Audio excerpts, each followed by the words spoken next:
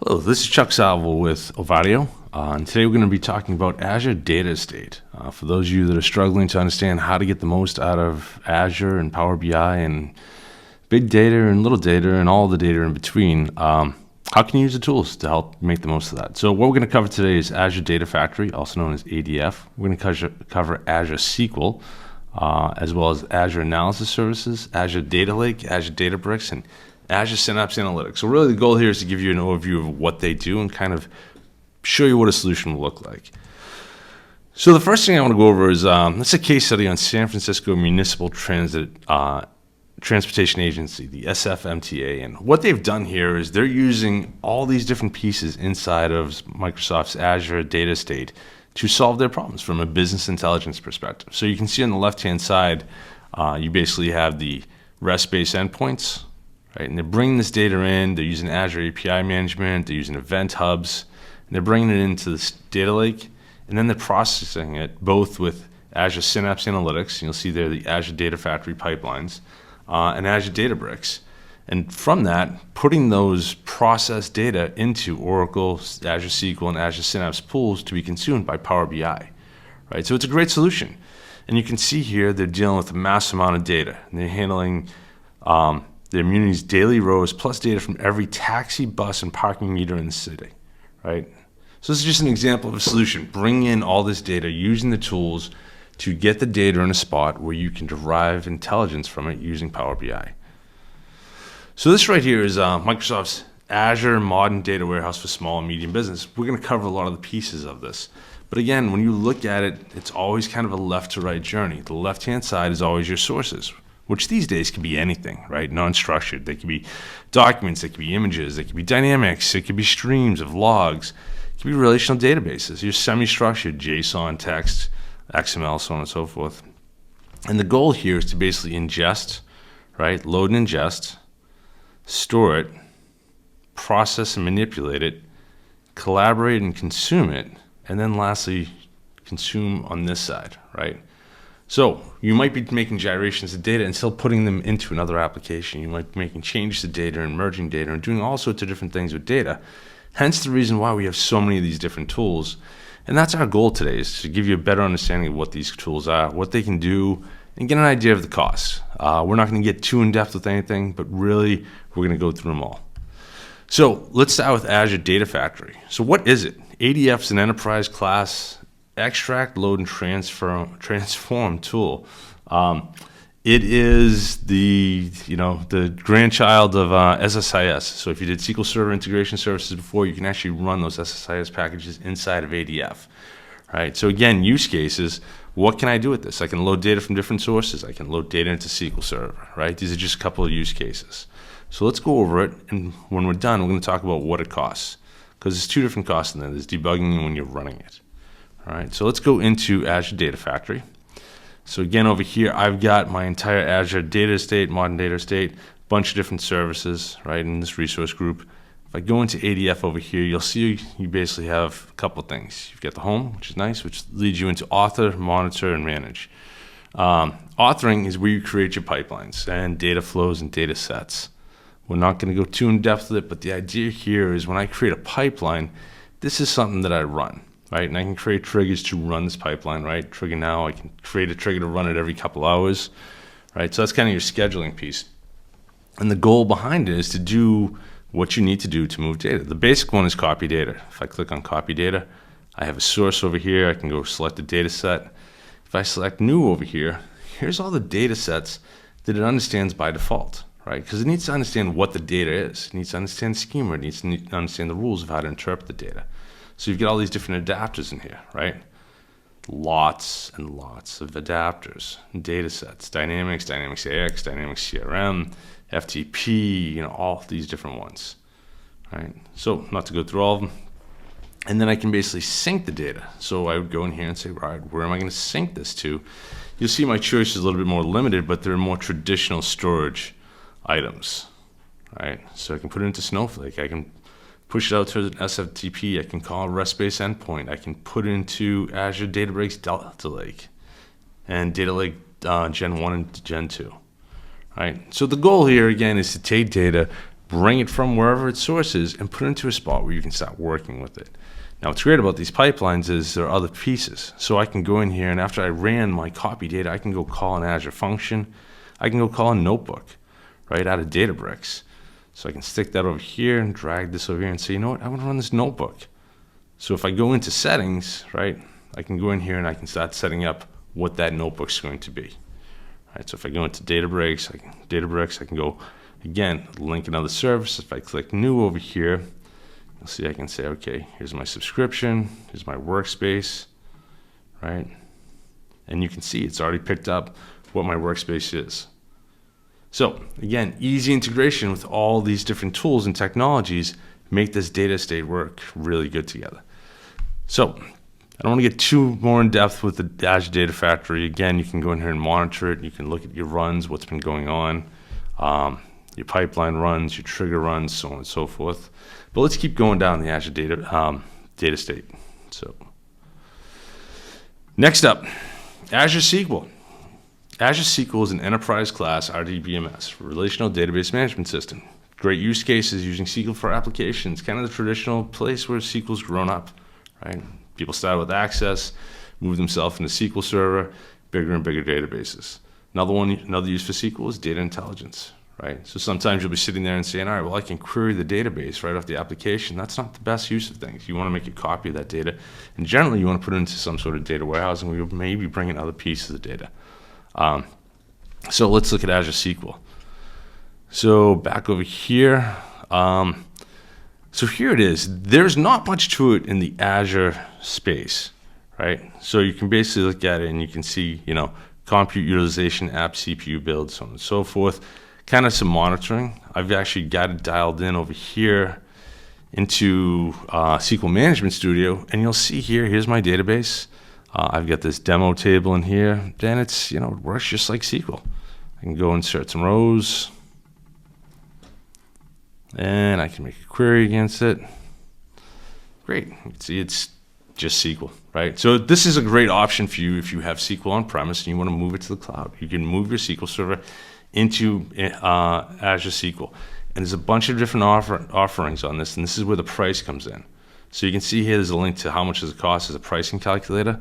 But let's take a look at this real quick, because if I go in here, right, I'm in this database, SQL database, right here, right? And if I click on compute and storage, this is really slick. It's something you can't do on premise. I can tune this, right? I can completely change how many vCores, what my minimum amount of vCores are. I can change what I'm doing with it, right? Business critical.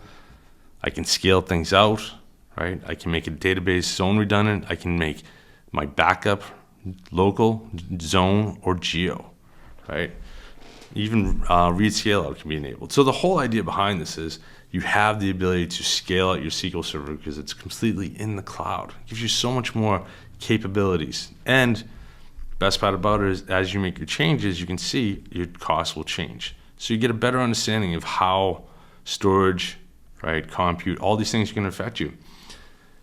Databases in the cloud can be expensive, right? I will tell you this, on-premise will always be cheaper if you only look at the cost of per megabyte. But when you look at the total cost of ownership and your ability to scale things up, move things, work with things, get better speed, the cloud will win every time. All right, next up on our data tour. Azure Analysis Services. So Azure Analysis Services is an enterprise-grade analytics engine as a service. So again, another piece here from your legacy SQL servers. This is now, SSAS has now been turned into Azure Analysis Services running in the cloud, right? And where do I use this? I'm using this when I want to create summaries from facts and to create facts and dimensions to help harness billions of rows of data, right? Because my end goal is I want to put it in Power BI for presentation, but Power BI doesn't want to consume billions and billions of rows. It's not a good use for Power BI. So I would use Azure Analysis Services to create those facts and dimensions, those summaries and whatnot with my billions of rows, and now Power BI can then consume that. So let's go in here and actually bring up Power BI real quick. And I've got a demo already ready to go.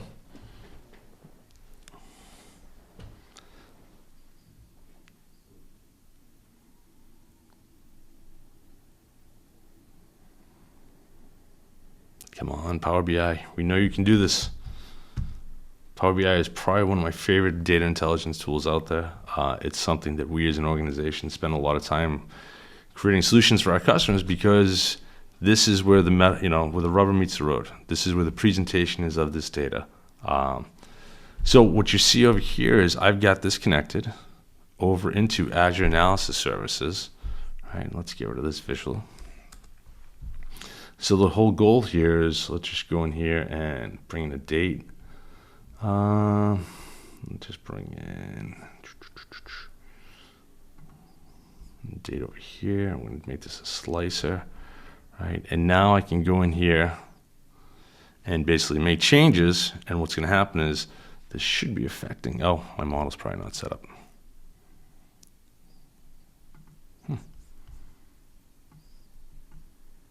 There we go. Sorry about that. It always helps to make the date range the right thing. So what's happening here is, as I make date changes, my data is changing, but what it's really doing is it's going in and making a query over to Azure Analysis Services to change what's going on. Okay. So again, not too much to show on that. For those of you familiar with Analysis Services, your development's going to be the same thing. You're going to be using Visual Studio Data Solution to go in there and create the cube and all the facts and dimensions. All right, next up, Azure Data Lake. Azure Data Lake is an enterprise class object store that can handle any type of data. So really, your images, your text files, your CSVs, your log files, whatever it is, it's pretty much can give you terabytes and terabytes of storage. Because what do we see right now in modern data? It's not just structured data, right? So there's a reason why we need a data lake, because we want to be able to put it all in one spot, right? So again, my use case here is storage for all your data, no matter what the type. It can be queue, it can be table, it can be blob, whatever it is. And really, it's based on consumption. So let's go look at Azure Data Estate.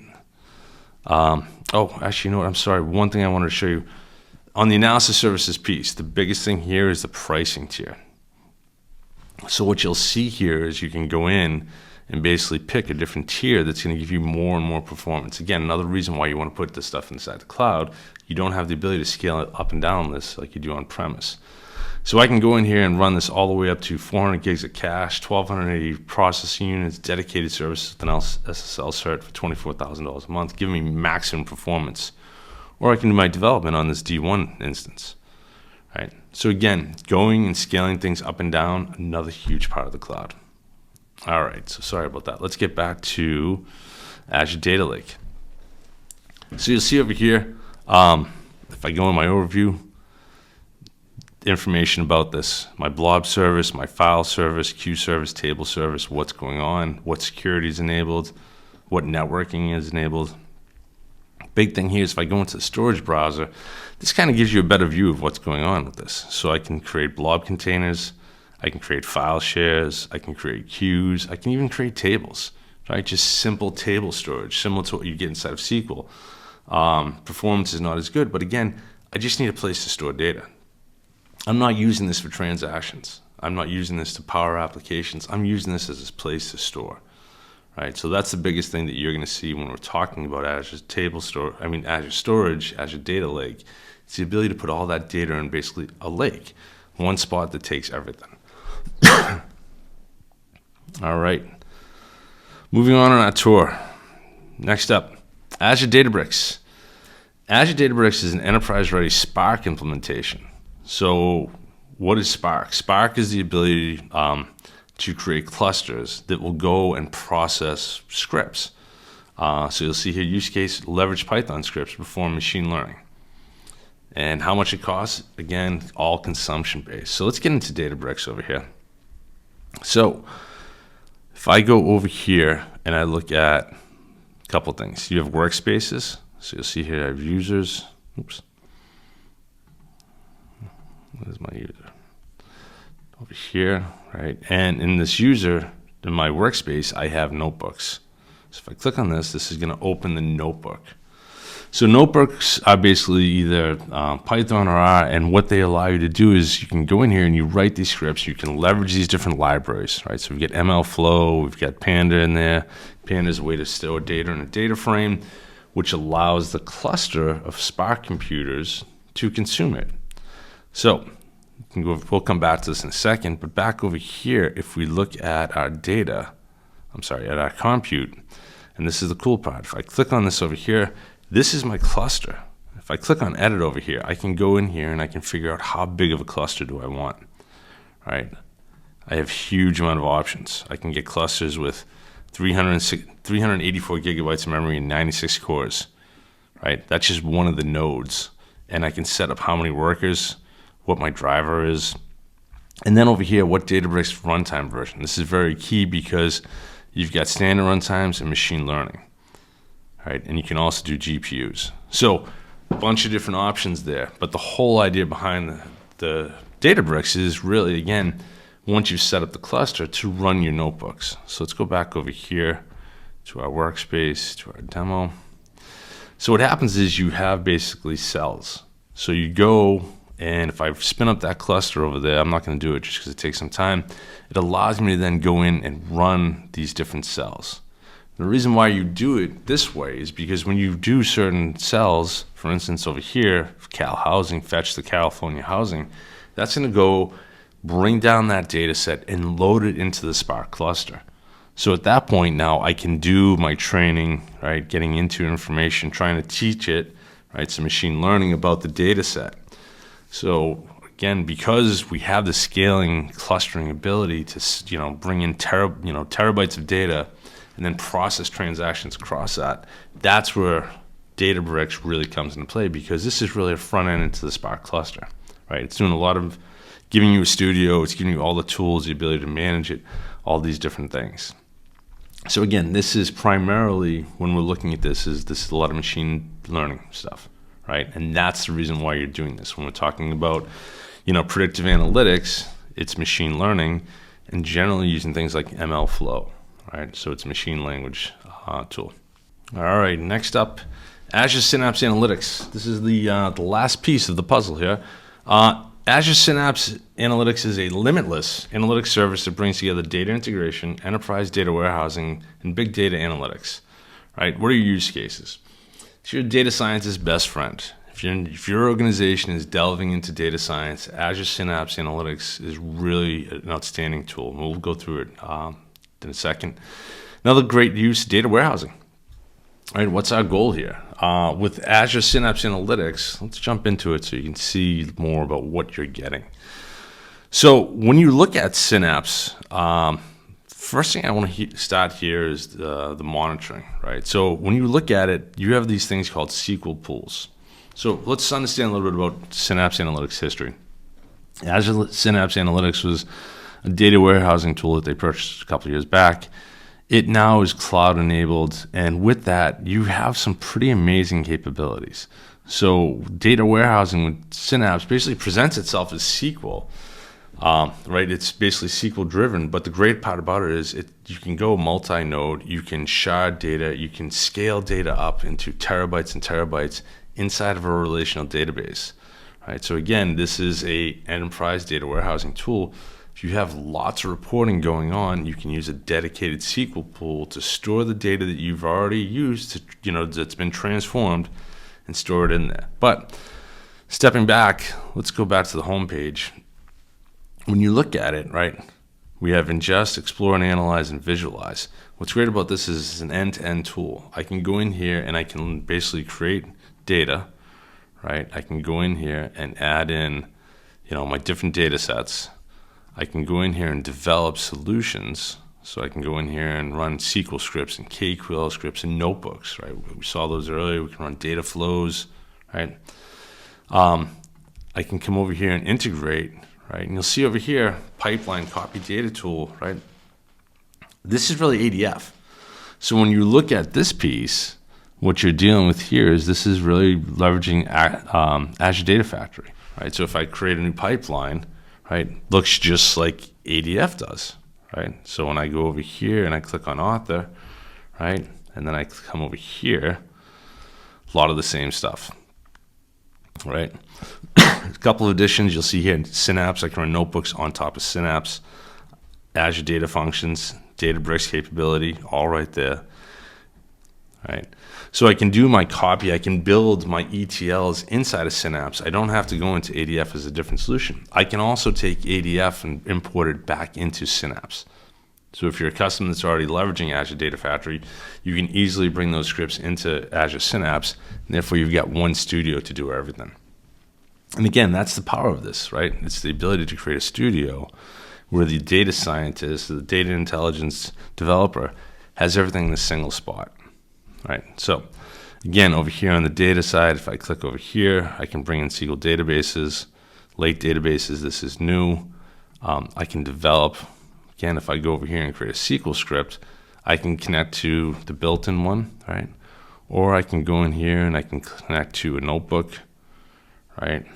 Again, select a Spark pool to attach for running a cell. So you always see that in these notebooks. They need a Spark cell to basically, a Spark pool to know where my script's going to run. But again, all in one spot, I can go in here and develop my Azure Data Factory, bring in my copy data, and then come over here and then run a script, and then come over here and run notebooks. All in one single spot, one studio. I can develop everything I need with, again, the goal being whatever I develop, I want to be able to push it back out into Power BI. So you go over here into Manage, and you go to Link Services, and you can say New, right? Build interactive reports. I can say Connect to Power BI. And you'll see over here, it's going to bring in all my workspaces so that I can actually go in here and create a Power BI report that's then published and is already connected to the data set inside of this workspace. Okay. So again, this is a brief overview of everything that you're seeing inside the Azure Modern Data State. And with that, hopefully that helps you get a better understanding of how it all works. Thank you, and have a great day.